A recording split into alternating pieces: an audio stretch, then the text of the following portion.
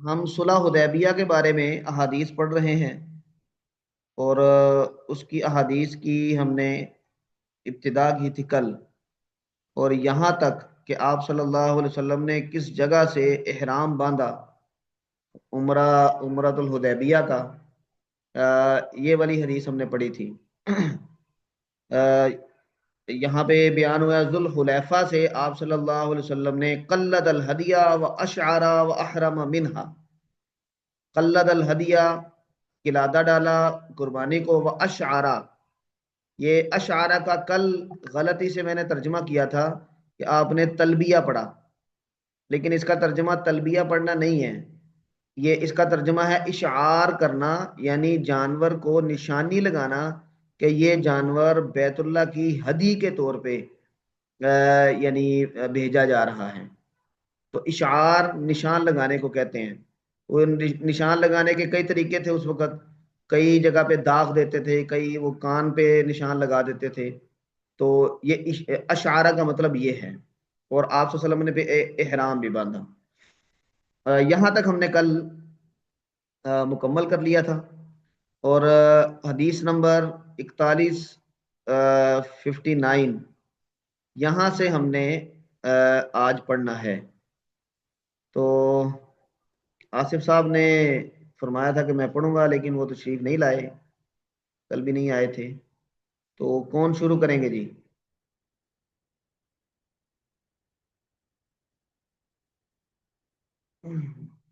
آپ میں سے کون پڑھیں گے؟ ساتھ جی پڑھ دوں؟ ماشاء اللہ، مولانا زبیر صاحب بسم اللہ کریں جی۔ جی، بسم اللہ الرحمن الرحیم۔ وبالسند متصل منا الى الامام الحافظ محمد ابن اسماعیل ابن ابراہیم ابن المغیرہ ابن بردزبہ البخاری الجوفی رحمہ اللہ تعالی قال حدثنا الحسن بن خلف قال حدثنا اسحاق بن یوسف عن ابی بشر ورقاء عن ابن ابي نجيح عن مجاهد قال حدثني عبد الرحمن بن ابي ليلى عن كعب بن أجرة ان رسول الله صلى الله عليه وسلم رآه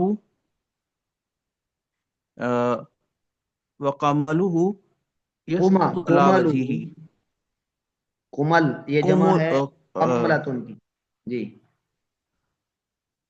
وقمله يسقط على وجهه فقال أيؤذيك أمك قال نعم عام کا، فأمره رسول الله یہ لفظ آپ نے ہاں کیا پڑھا؟ ایوزی کا،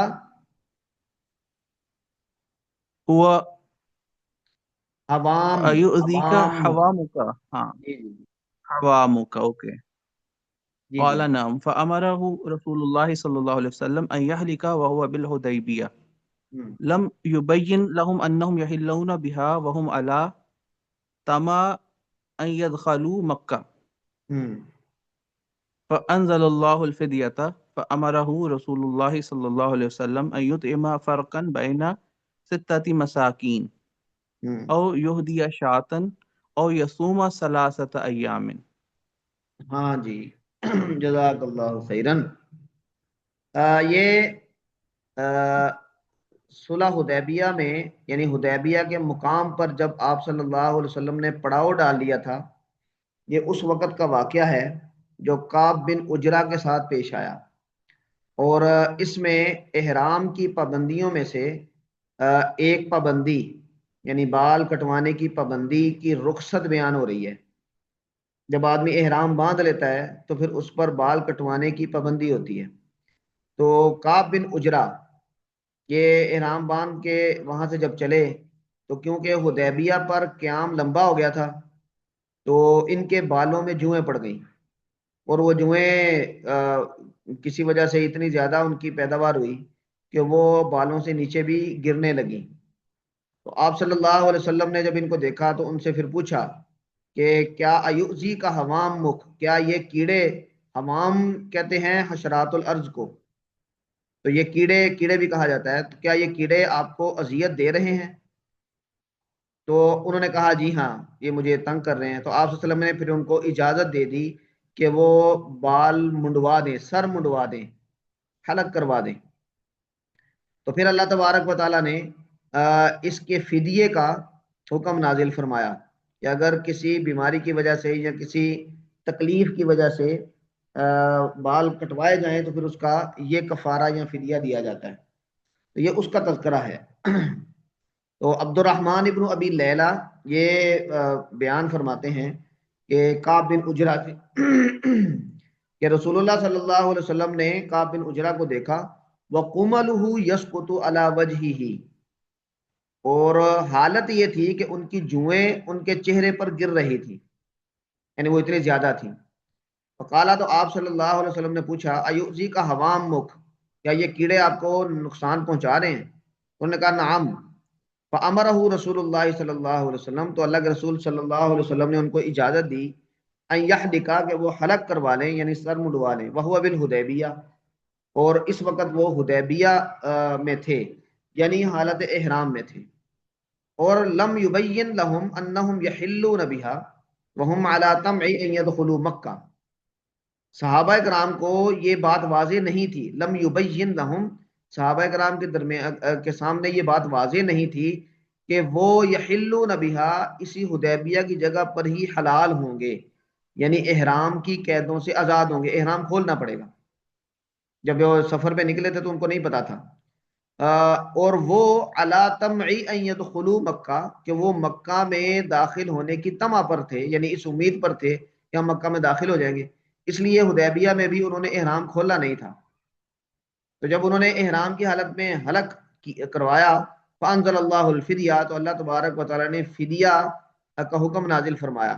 فامرہ رسول اللہ صلی اللہ علیہ وسلم، اللہ کے رسول صلی اللہ علیہ وسلم نے پھر ان کو حکم دیا ان یطعم فرقا بین ستۃ و مساکین، کہ وہ ایک فرق کھانا یہ ستۃ مساکین 6 مسکینوں کو کھلا دیں. او یہدی شاتن، یا دوسرا آپشن یہ تھا کہ ایک بکری ذبح کریں، اور تیسرا آپشن یہ تھا کہ 3 روزے رکھیں.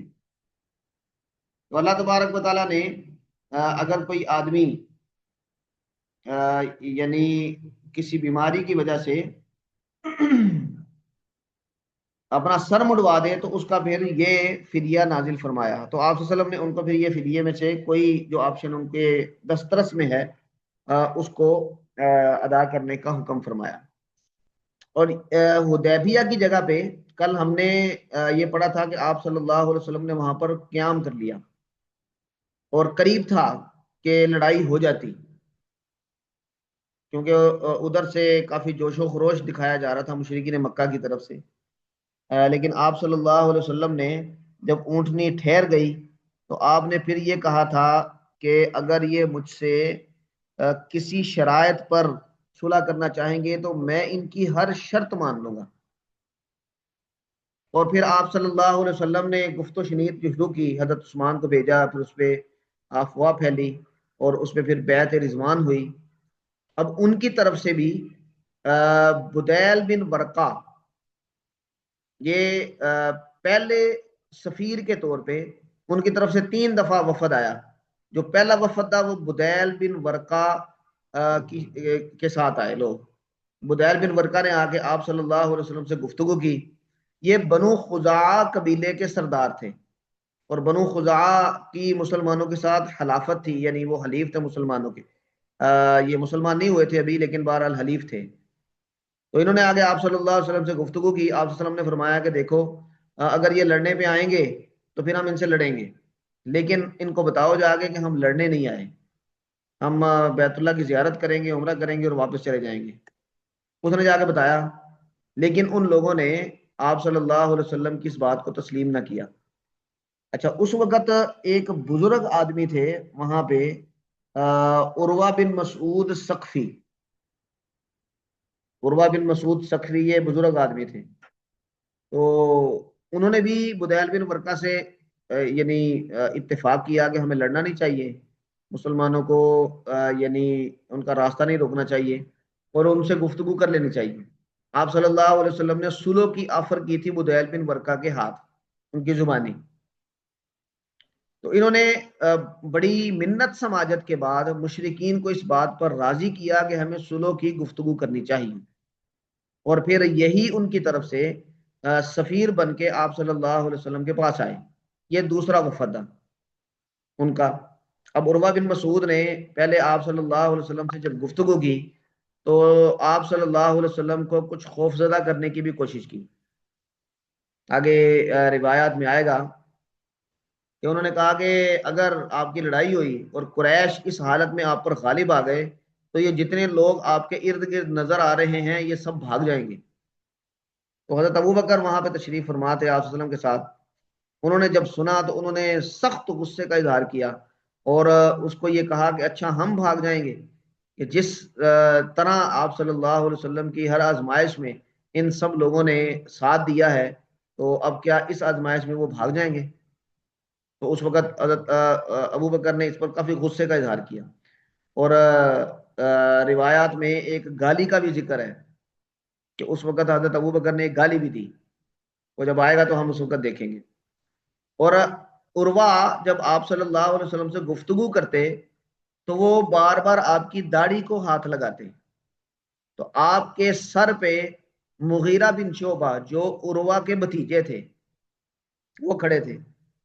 اب جیسے ہی وہ ہاتھ آگے بڑھاتے تو مغیرہ بن شعبہ اپنی تلوار سے یا کسی چیز سے اس کا ہاتھ پیچھے کر دیتے، اور انہوں نے پھر ان کو کہا بھی کہ بھئی آپ صلی اللہ علیہ وسلم کی داڑھی کو ہاتھ نہ لگاؤ، یہ بے ادبی نہ کرو، یہ بے ادبی کا انداز ہے، یہ اختیار نہ کرو۔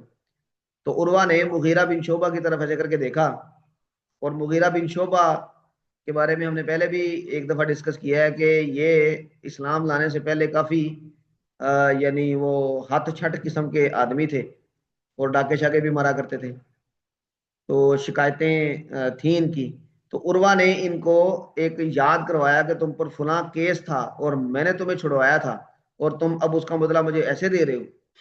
تو مغیرہ بن شعبہ نے اس کی کوئی پرواہ نہیں کی۔ تو عروہ جب واپس گئے اور انہوں نے پھر آبزرو کیا آپ صلی اللہ علیہ وسلم کے ساتھ صحابہ کرام کا سلوک اور رویہ، اور جا کے پھر اس کو جیسے بیان کیا مشرکین کے سامنے، اور یہ کہا کہ میں نے ایران وغیرہ اور دیگر درباروں کو دیکھا ہے، نجاشی کے، کیسر و کسریٰ کے، لیکن میں نے کسی بھی بادشاہ کا وہ ادب نہیں دیکھا اس کی رعایا یا درباریوں کی طرف سے کہ جو میں نے صحابہ کی طرف سے آپ صلی اللہ علیہ وسلم کا ادب دیکھا ہے۔ تو اس لیے تم اس وقت یعنی یہ ذہن سے نکال دو کہ وہ لوگ بھاگیں گے، یہ آپ صلی اللہ علیہ وسلم پر اپنی جان قربان کریں گے، تو لڑنے کی بجائے صلح پر آمادہ ہو جاؤ۔ تو اس نے وہ منظر کھینچا سارا کہ آپ وضو کرتے ہیں تو وضو کا پانی زمین پر نہیں گرتا، آپ چلتے ہیں تو آپ کے آگے کوئی نہیں چلتا، آپ بات کرتے ہیں تو سب سر جھکا کے سنتے ہیں توجہ کے ساتھ۔ تو اس نے یہ بات، یہ نقشہ پورا کھینچا۔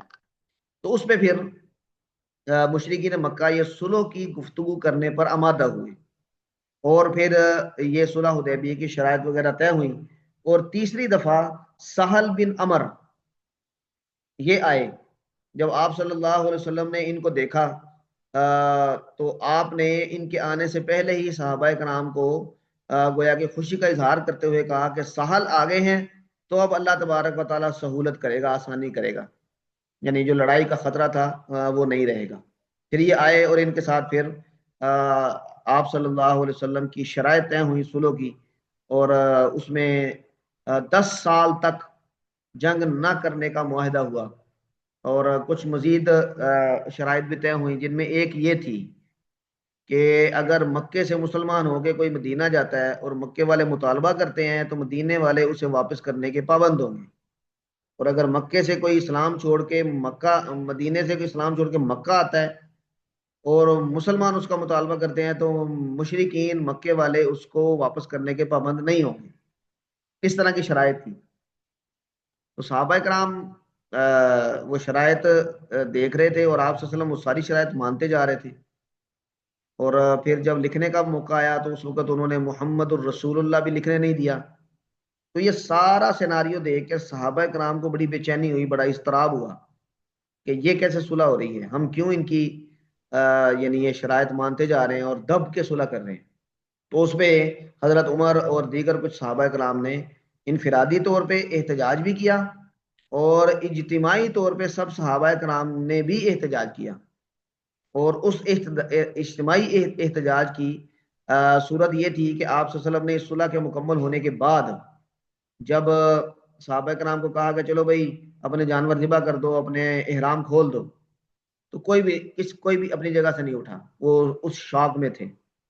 تو آپ صلی اللہ علیہ وسلم پریشان ہو کے اپنے خیمے میں گئے، حضرت ام سلمہ آپ کے ساتھ تھیں، تو انہوں نے جب دیکھا تو انہوں نے پھر مشورہ دیا کہ آپ اپنا جانور ذبح کریں، تو پھر آپ کے ساتھ یہ بھی سب اپنا اپنا جانور ذبح کریں گے، تو یہ اس وقت اس کیفیت میں ہیں تو اس سے باہر نکل آئیں گے۔ تو آپ نے ایسے ہی کیا، تو پھر سب صحابہ کرام نے اپنے جانور بھی ذبح کیے اور احرام بھی کھولا۔ تو اس پہ حضرت عمر کا جو ریئیکشن ہے وہ منقول ہے۔ وہ حضرت ابو بکر کے پاس گئے پہلے جا کے، اور وہاں جا کے ان سے کہا کہ کیا ہم حق میں نہیں ہیں، یا محمد صلی اللہ علیہ وسلم اللہ کے سچے رسول نہیں ہیں؟ انہوں نے کہا بالکل ہیں۔ انہوں نے کہا پھر ہم اتنی دب کے صلح کیوں کر رہے ہیں؟ تو حضرت ابو بکر نے حضرت عمر کو یہ کہا کہ دیکھو وہ اللہ کے نبی ہیں اور جو کرتے ہیں اللہ کے حکم سے کرتے ہیں۔ حضرت عمر کو چین نہیں آیا اور آپ وسلم کے پاس چلے گئے اور بالکل یہی باتیں کہیں، تو آپ نے بھی بالکل وہی الفاظ دہرائے جو حضرت ابو بکر نے دہرائے تھے۔ اور پھر جب سورہ فتح نازل ہوئی تو اس پہ حضرت عمر نے ایک تبصرہ بھی کیا جس پر وہ بعد میں پچھتاتے رہے۔ تو جب انا فتحنا لک فتحا مبینہ، یہ فتح مبین کا لفظ آیا، تو حضرت عمر نے یہ سن کے تو تعجب سے کہا افتح ہوا، کیا یہ فتح ہوتی ہے؟ وہ اسی کیفیت میں تھے کہ اپنا ہم نے اتنا دب کے بہادر آدمی تھے تو ان سے وہ ہضم نہیں ہو رہا تھا۔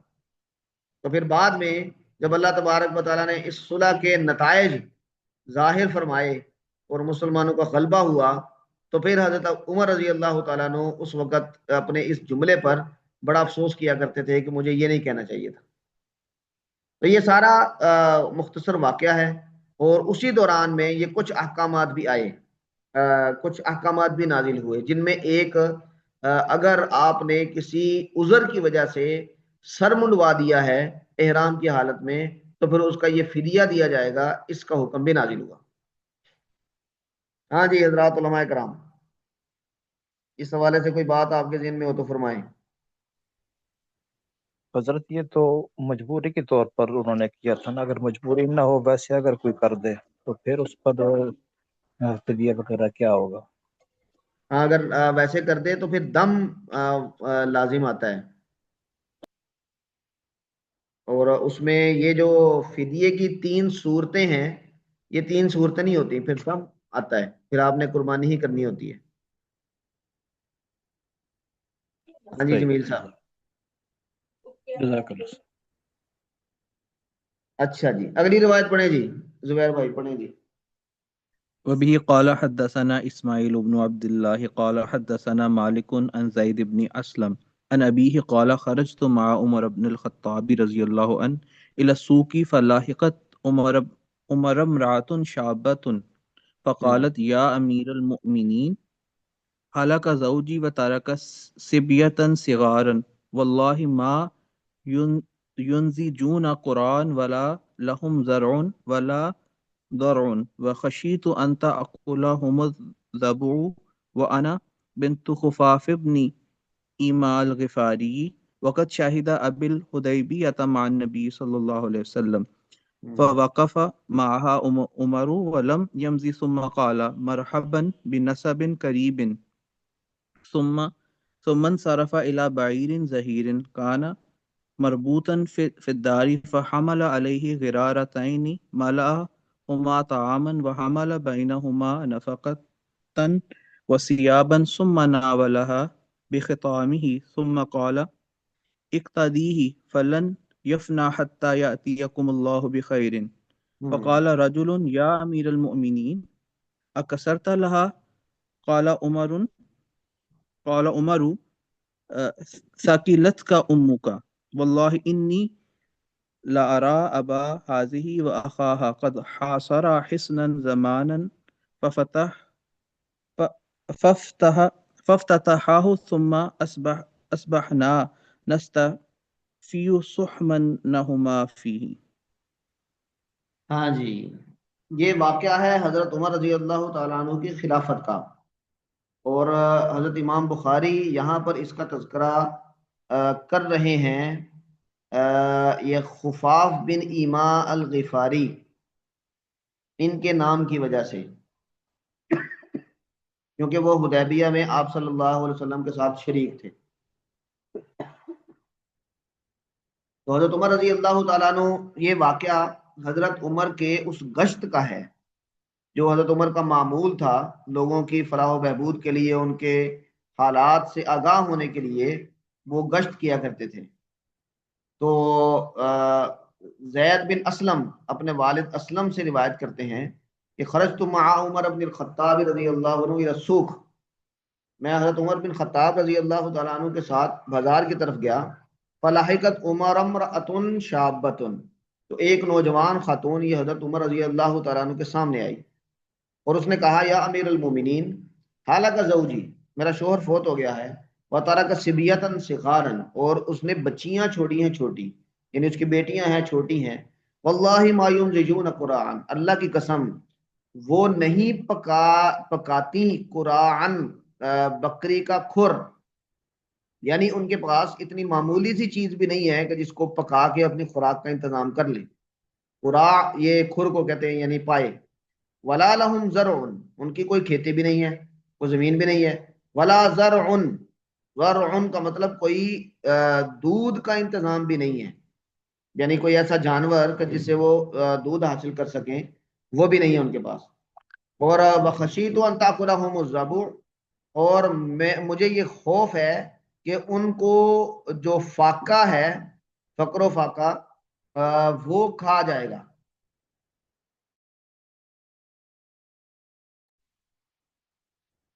وَأَنَا بِنْتُ خُفَافِ بْنِ ایماء الغفاری، انہوں نے کہا کہ میں خفاف بن ایما۔ ہاں جی، میری آواز آ رہی ہے جی؟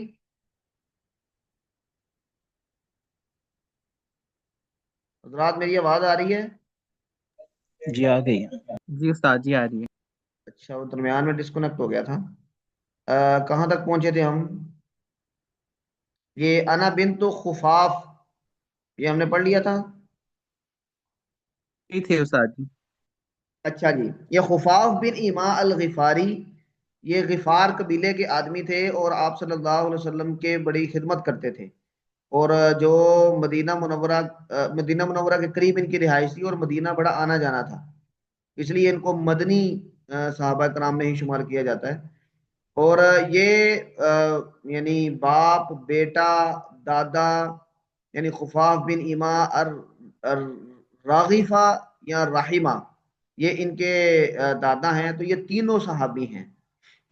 اور آپ صلی اللہ علیہ وسلم کو انہوں نے سینکڑوں بکریاں ایک دفعہ ہدیہ کی تھیں صلح حدیبیہ کے ہی موقع پہ، اونٹ بھی دیے تھے اور بھی خدمت کیا کرتے تھے۔ تو انہوں نے کہا کہ میں ان کی بیٹی ہوں۔ تو عمر رضی اللہ تعالیٰ عنہ تو جانتے تھے، اور وقت شاہدہ ابی الحدیبیہ مع النبی صلی اللہ علیہ وسلم، میرے والد محترم یہ آپ صلی اللہ علیہ وسلم کے ساتھ حدیبیہ میں شریک رہے۔ فوقف معها عمر ولم يمضي، حضرت عمر وہاں ٹھہر گئے، رک گئے اور آگے نہیں بڑھے۔ ثم قال، اور پھر اس کو تسلی دینے کے لیے کہا، مرحبا بنسب قریب، خوش آمدید، ہمارا نسب تو بڑا قریبی ہے، یعنی اس کو اپنائیت کا اظہار کروایا کہ تم تو اپنے ہی لوگ ہو۔ ثم انصرف الى بعیر ظہیر، پھر آپ پلٹے ایک بڑے موٹے تازے اونٹ کی طرف، کانا مربوطا فی الدار، ان کے گھر میں بندھا ہوا تھا، یعنی حضرت عمر کا اپنا اونٹ تھا۔ فحمل علیہ غرارتین ملأہما طعاما، اور آپ انہوں نے اس پر دو بوریاں، غرارتینی دو بڑی بڑی بوریاں، بورے وہ لادے اور ان کو کھانے سے بھر دیا، گندم، اناج وغیرہ ان کو بھر کے تو اوپر لاد دیا۔ وحمل بینہما نفقۃ وثیابا، کھانے کی اور چیزیں بھی ان پر لادیں اور کپڑے بھی لادے۔ ثم ناولھا بختامہ، پھر اس کی جو یعنی لگام ہے اس کی مہار ہے وہ اس عورت کو دے دی اور کہا اقتادی ہی، تم اس کو لے جاؤ، فلن یفنا، یہ ختم نہیں ہوگا حتی یاتیکم اللہ بخیر، کہ اللہ تبارک و تعالیٰ تمہارے پاس اور خیر بھی لائے گا۔ یعنی حضرت عمر نے ان کی کفالت کی ذمہ داری گویا کہ اٹھا لی۔ فقال رجل، اب جو آدمی ساتھ تھے نہ، ایک آدمی نے کہا یا امیر المومنین اکثر تالہا، اے امیر المومنین آپ نے اس کو زیادہ دیا۔ جتنا کوئی آدمی تبصرہ کرے کہ بھئی اتنا زیادہ دینے کی کیا ضرورت تھی، بس تھوڑی بہت مدد کر دیتے۔ تو حضرت عمر رضی اللہ تعالیٰ عنہ نے ان کو ڈانٹا اور کہا ثقلت کا امک، تیری ماں تجھ کو کھوئے۔ یہ اس وقت کسی کو ڈانٹنے کا انداز تھا۔ واللہ انی لارا ابا ھذہ، اللہ کی قسم میں نے اس کے والد کو دیکھا ہے اور اس کے بھائی کو دیکھا ہے، قد حاصرا حصنن، کہ انہوں نے محاصرہ کیا تھا ایک قلعے کا، زمانن لمبا عرصہ، فافتتحہا، اور انہوں نے پھر اس کو فتح کیا۔ ثم اصبحنا، پھر ہم صبح کی اس حالت میں، نستفیع سہماننا فیہ، کہ ہم لے رہے تھے اس میں سے اپنا حصہ، یعنی وہ جو مال غنیمت آیا ہم اس میں سے اپنا حصہ لے رہے تھے۔ اس کا مطلب ہے کہ ان کے والد صاحب اور ان کے بھائی یہ اسلام کے لیے بڑی خدمات سر انجام دیتے رہے، اور یہ حصنن، اس کے بارے میں محدثین فرماتے ہیں یہ خیبر کی فتح کے بارے میں ہے۔ خیبر کے قلعے کا محاصرہ کیا تھا انہوں نے، اور پھر اس کی فتح میں جو مال غنیمت آیا تھا اس میں پھر سب کو حصہ ملا تھا۔ تو اس کا مطلب یہ ہے کہ اس خاتون کے والد اور بھائی وہ تو اسلام کے لیے ایسی خدمات سر انجام دیتے رہے، اور جب ان کی بیٹی پر یہ حالت ہوئی، یہ وقت آیا، تو ہم اس کو ایسے ہی چھوڑ دیں؟ ایسا نہیں ہو سکتا۔ تو انہوں نے پھر ان کو نوازنے کی گویا کہ یہ وجہ بتائی۔ تو اللہ تبارک و تعالیٰ جزائے خیر دے۔ یہ بڑی عمدہ روایت ہے، اور بڑی عمدہ روایات ہیں جو حضرت عمر رضی اللہ تعالیٰ نے اپنے زمانے میں نبھائی ہیں۔ ہاں جی، اگلی روایت پڑھیں جی۔ وبه قال حدثني محمد بن رافع قال حدثنا شبابة بن سوار أبو عمرو الفزاري قال حدثنا شعبة عن قتادة عن سعيد بن المسيب عن أبيه قال قد رأيت شجرة ثم أتيتها بعد فلم أعرفها قال محمود ثم أنسيتها بعد۔ ہاں جی، یہ سعید بن مسیب اپنے والد مسیب جو کہ اس میں صلح حدیبیہ میں شریک تھے، ان سے روایت کرتے ہیں۔ وہ کہتے ہیں کہ ہم نے لقد رأیت الشجرہ، ہم نے وہ درخت دیکھا، ثم اتیتھا، یہاں پر انسیتھا یا انسیتھا دونوں جگہ پر یہ ہے، لیکن جو مولانا زبیر صاحب پڑھ رہے ہیں ثم اتیتھا، میں اس کے پاس آیا، بعد فلم عارفہ، میں اس کو پہچان نہیں سکا۔ قال محمود کہتے ہیں اس کے اتیتھا کی بجائے اس میں انسیتھا، پھر مجھے وہ بھلا دیا گیا بعد میں۔ اب اس کا مطلب یہ ہے، یہ آگے دو تین چار روایات اسی درخت کے بارے میں آئیں گی، کہ آگے یہ بھی آئے گا کہ وہاں پر کچھ لوگوں نے مسجد بنا دی تھی کسی درخت کے قریب۔ لوگوں نے پوچھا یہ کون، یہ یہاں پہ کیوں عبادت کر رہے ہیں؟ یہ وہ درخت ہے جہاں پہ بیعت رضوان ہوئی تھی، تحت الشجرہ۔ تو صحابہ کرام، آگے یہ روایت میں آئے گا کہ صحابہ کرام کو اس درخت کی کوئی عقیدت، کوئی تقدس نہیں تھا، اور وہ اس کو یہ بھی نہیں کرتے تھے کہ اس کو دیکھنے کے لیے جائیں، یہ تکلف ان میں نہیں تھا، بلکہ یہ سعید بن مسیب اور دیگر صحابہ کرام وہ اس کو جانتے بھی نہیں تھے کہ اب یہ کون سا درخت ہے۔ تو بعد والوں نے اس میں کچھ ایسے عقیدت کا رنگ بھرنے کی کوشش کی، اور کچھ روایات میں آتا ہے کہ جب حضرت عمر کے زمانے میں حضرت عمر کو پتہ چلا تو حضرت عمر نے جس بھی درخت کو لوگ متعین کر رہے تھے کہ یہ ہے بیعت رضوان والا، تو اس کو کٹوا دیا۔ تو حضرت عمر کے اس حوالے سے کافی اقدامات ہیں، کیونکہ اسی سے پھر آگے شرک کی ابتدا ہوتی ہے۔ تو یہاں پر بھی سعید بن مسیب جو اپنے والد محترم سے روایت کر رہے ہیں وہ اسی کے طرف اشارہ کر رہے ہیں۔ آگے اس کی آگے بھی روایت آئے گی اور اس میں بھی یہی بات وہ فرمائیں گے۔ جی زبیر بھائی۔ وبه قال حدثنا محمود قال حدثنا عبيد الله عن إسرائيل عن طارق بن عبد الرحمن قال لن طلقت حاجا فمررت بقوم يصلون قلت ما هذا المسجد قالوا هذه شجرة حيث بايع رسول الله صلى الله عليه وسلم بيعة الرضوان فأتيت سعيد بن المسيب فأخبرته فقال سعيد حدثني أبي أنه كان في من بايع رسول الله صلى الله عليه وسلم تحت الشجرة قال فلما خرجنا من العام المقبل نسيناها يعني نسيناها جی فلم نقدر عليها فقال سعيد إن أصحاب محمد صلى الله عليه وسلم لم يعلموها وعلمتموها أنتم فأنتم أعلم. جی یہ وہ روایت ہے جس میں حضرت مسیب یہ بیان کر رہے ہیں کہ یہ لوگوں نے اپنی طرف سے کسی درخت کے قریب مسجد بنا لی اور وہاں پر عبادت شروع کر دی، کوئی عقیدت کا پہلو ڈال دیا، وگرنہ ہمیں تو نہیں پتا تھا کہ یہ درخت ہے. تو طارق بن عبد الرحمن کہتے ہیں انطلقت حاجا، میں حج کے لیے نکلا، فمررت بقوم، میں گزرا ایسی قوم کے قریب سے یصلون جو نماز پڑھ رہی تھی. قلت، میں نے کہا ما ھذا المسجد، یہ مسجد کیسی ہے؟ تو انہوں نے کہا هذه الشجرة حيث بايع رسول اللہ صلی اللہ علیہ وسلم بیعۃ الرضوان، کہ یہ وہ درخت ہے کہ جہاں پر آپ صلی اللہ علیہ وسلم نے بیعت رضوان لی تھی. فاتیت سعید بن المسیب فاخبرته، سعید بن مسیب کے پاس میں گیا اور ان کو میں نے بتایا کہ اس طرح لوگوں نے مسجد بنائی تھی. تو سعید کہتے ہیں حدثنی ابی، میرے والد صاحب یعنی مسیب نے مجھے بتایا انہ کان فی من بایع رسول اللہ صلی اللہ علیہ وسلم تحت الشجرہ، یہ ان لوگوں میں سے تھے کہ جو رسول اللہ صلی اللہ علیہ وسلم، جنہوں نے رسول اللہ صلی اللہ علیہ وسلم کے ہاتھ پر اس درخت کے نیچے بیعت کی تھی. قالا، وہ کہتے ہیں فلما خرجنا، یعنی ان کے والد صاحب نے کہا کہ جب ہم نکلے من العام المقبل، اگلے سال یعنی عمرۃ القضاء میں، نسیناہا، ہم اس درخت کو بھول چکے تھے کہ کوئی درخت بھی تھا.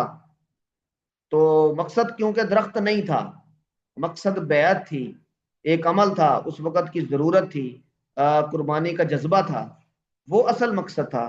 تو جو مظاہر ہوتے ہیں درخت وغیرہ یا کوئی ایسی چیز، تو ان کے ساتھ عقیدت کا پہلو نتھی کر کے، تو جو مقاصد ہیں اس وقت کے کسی واقعے کے، اس کو پس پشت ڈال دینا، یہ اسلام کا مزاج نہیں ہے. تو نسیناہا، ہم اس کو بھول چکے تھے، فلم نقدر علیہا، ہم اس پر قادر نہیں تھے، یعنی اس کو کوئی پوائنٹ آؤٹ کر سکے، اس کو بتا سکیں کہ یہ درخت ہے. فقال سعید، اور اب سعید نے عبد الرحمن بن طارق کو یہ کہا ان صحابہ محمد لم یعلموها، محمد صلی اللہ علیہ وسلم کے جو صحابہ تھے وہ تو اس کو نہیں جانتے تھے کون سا درخت ہے. وعلمتموها انتم، اور تم ان کو جانتے ہو. واہ واہ، گویا کہ یہ انہوں نے ایک قسم کا ان کی اس عمل کو یعنی اس کا مذاق کیا. فانتم عالم، پھر تو تم زیادہ جاننے والے ہوئے صحابہ کرام سے بھی، کہ جس چیز کو وہ نہیں جانتے اس کو تم نے جان لیا، حالانکہ وہ اس میں شریک بھی تھے. تو مطلب یہی تھا کہ ایسے کسی چیز کو عقیدت کا مرکز بنا کے وہاں پر جو معاملات ہوئے ان کو پس پشت ڈالنا اور عقیدت کا خول چڑھا لینا، یہ کوئی درست طرز عمل نہیں ہے اسلام کے حوالے سے. اور یہ جب آل سعود کی حکومت آئی تھی، انہوں نے اسی طرح کی روایات سے استدلال کرتے ہوئے وہ سارے مظاہر جو اس وقت کے تھے مزارات وغیرہ، تو ان کو مسمار کر دیا تھا. ہاں جی، اگلی روایت پڑھیں جی. وبه قال حدثنا موسى قال حدثنا ابو عوانة قال حدثنا طارق عن سعيد بن المسيب عن أبيه أنه كان ممن بايع تحت شجرة فرجعنا إليها العام المقبل فأميت علينا مقبلہ، عام المقبلہ. مقبلہ فأميت علينا. جی یہ اگلی بھی وہی پڑھ لیں روایت ہے ساتھی سے. جی، اگلی روایت پڑھیں. ابھی قال حدثنا قبیصة قال حدثنا سفيان عن طارق قال ذكرت عند سعيد بن المسيب شجرة فضحك فقال اخبرني ابي وكان شاهدها. ہاں، فضاحی کا مطلب یہی ہے کہ وہ مسکرا پڑے کہ یہ کیا درختوں کے پیچھے لوگ پڑے ہوئے. جی آگے بڑھیں. وبه قال حدثنا آدم آدم بن ابی ایاس قال حدثنا شعبة عن عمرو بن مرة قال سمعت عبد الله ابن ابی اوفا وكان من اصحاب الشجرة قال كان النبي صلى الله عليه وسلم اذا اتاه قوم بصدقة فقال اللهم صل عليهم فاتاه ابی بصدقته فقال اللهم صل على آل ابی اوفا۔ ہاں جی، یہ روایت ذکر کرنے کا محض مقصد یہ ہے کہ عبداللہ بن ابی اوفا یہ اصحاب الشجرہ میں سے تھے، یہ بتانا، اور ان کا یہ بتا رہے ہیں کہ آپ صلی اللہ کان نبی صلی اللہ علیہ وسلم اذا اتاه قوم، نبی کریم صلی اللہ علیہ وسلم کے پاس جب کوئی قوم آتی بھی صدقۃ، صدقہ لے کر، یعنی زکوٰۃ وغیرہ، صدقہ زکوٰۃ کو بھی کہتے ہیں، تو وہ لے کر آتی، تو آپ صلی اللہ علیہ وسلم ان کو دعا دیتے اللہم صلی علیہم، اللہ ان پر اپنی رحمت فرما۔ فاتاہ ابی بصدقۃ، میرے والد صاحب بھی یعنی ابو اوفا یہ وہ صدقہ لے کر آئے، تو آپ صلی اللہ علیہ وسلم نے ان کو بھی دعا دی اللہم صلی علی آل ابی اوفا، ان کا نام لے کر، اے اللہ ابو اوفا کی آل پر اپنی رحمت فرما۔ وہ اس کا تذکرہ کر رہے ہیں، تو عبداللہ بن ابی اوفا یہ کیونکہ آپ صلی اللہ علیہ وسلم کے ان ساتھیوں میں سے تھے جنہوں نے بیعت کی تھی، بیعت رضوان، تو ان کے تذکرے کی وجہ سے یہ حدیث آئی۔ ہاں جی، اگلی روایت پڑھیں۔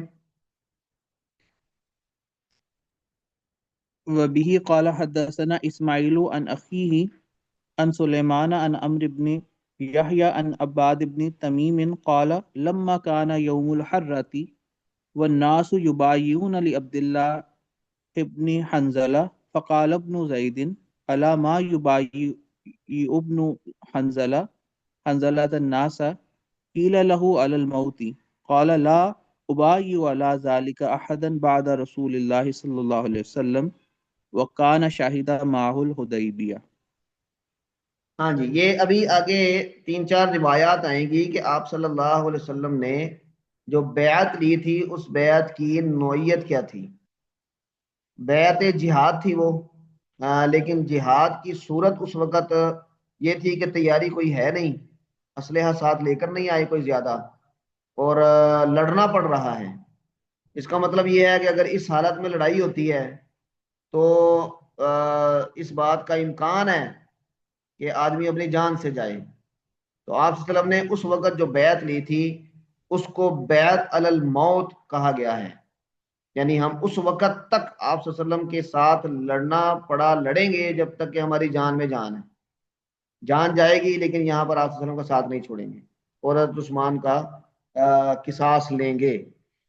تو اس حوالے سے یہ روایات ہیں۔ مولانا زبیر صاحب اگلی روایات بھی پڑھ لیں کیونکہ یہ ایک ہی اس کی ہیں، جی تو پھر سر جی۔ ہم دیکھتے ہیں کہ ابھی ترجمہ۔ قال حدثنا یحیی بن یعل المحاربی قال حدثني ابی قال حدثنا ایاس بن سلمہ بن الاقوى قال حدثني ابی وكان من اصحاب الشجرة قال كنا نصلي مع النبي صلى الله عليه وسلم الجمعة ثم ننصرف وليس للحيطان ظل نستظل فيه۔ ہاں جی، یہ یہ آپ صلی اللہ علیہ وسلم کے ساتھ یہ بیعت کب ہوئی تھی، وقت کیا تھا، دن کیا تھا، یہ اس حوالے سے بات کر رہے ہیں۔ اگلی روایت بھی پڑھیں جی۔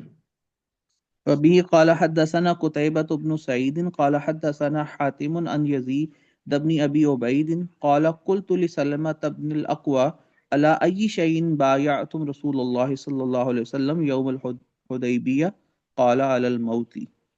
قال علی الموت۔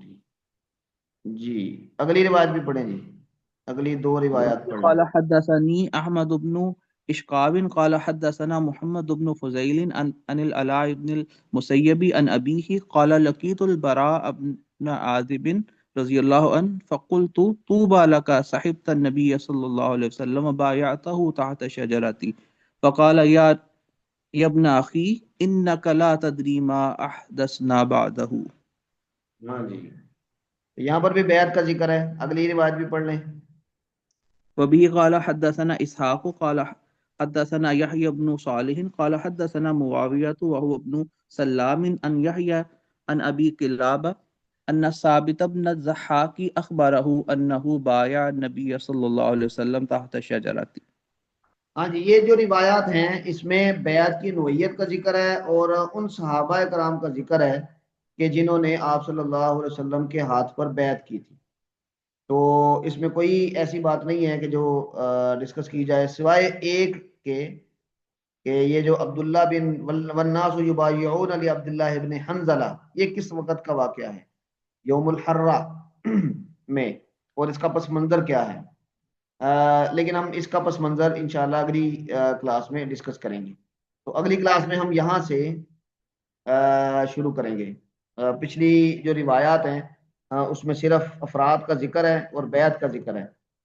تو امید ہے کہ وہ سمجھ میں آ چکا ہوگا. استاد یہ تشریف لے آئے ہیں تو ہم یہاں پہ روکتے ہیں. استاد جی آگے کلاس کو جاری رکھیں. السلام علیکم ورحمۃ اللہ وبرکاتہ.